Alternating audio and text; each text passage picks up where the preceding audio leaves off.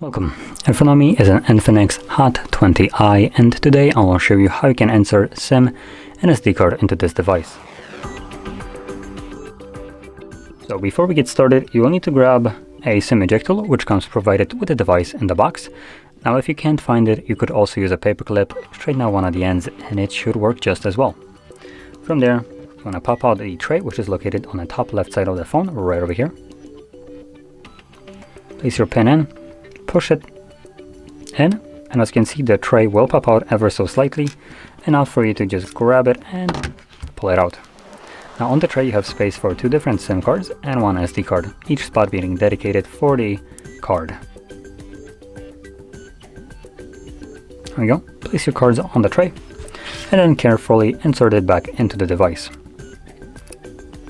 Carefully, because there's nothing holding those cards in place, so they could just kind of bump out of the place and fall out.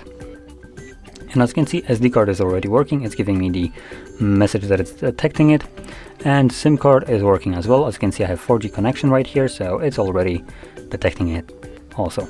So anyway, if you found this video helpful, don't forget to hit like, subscribe, and thanks for watching.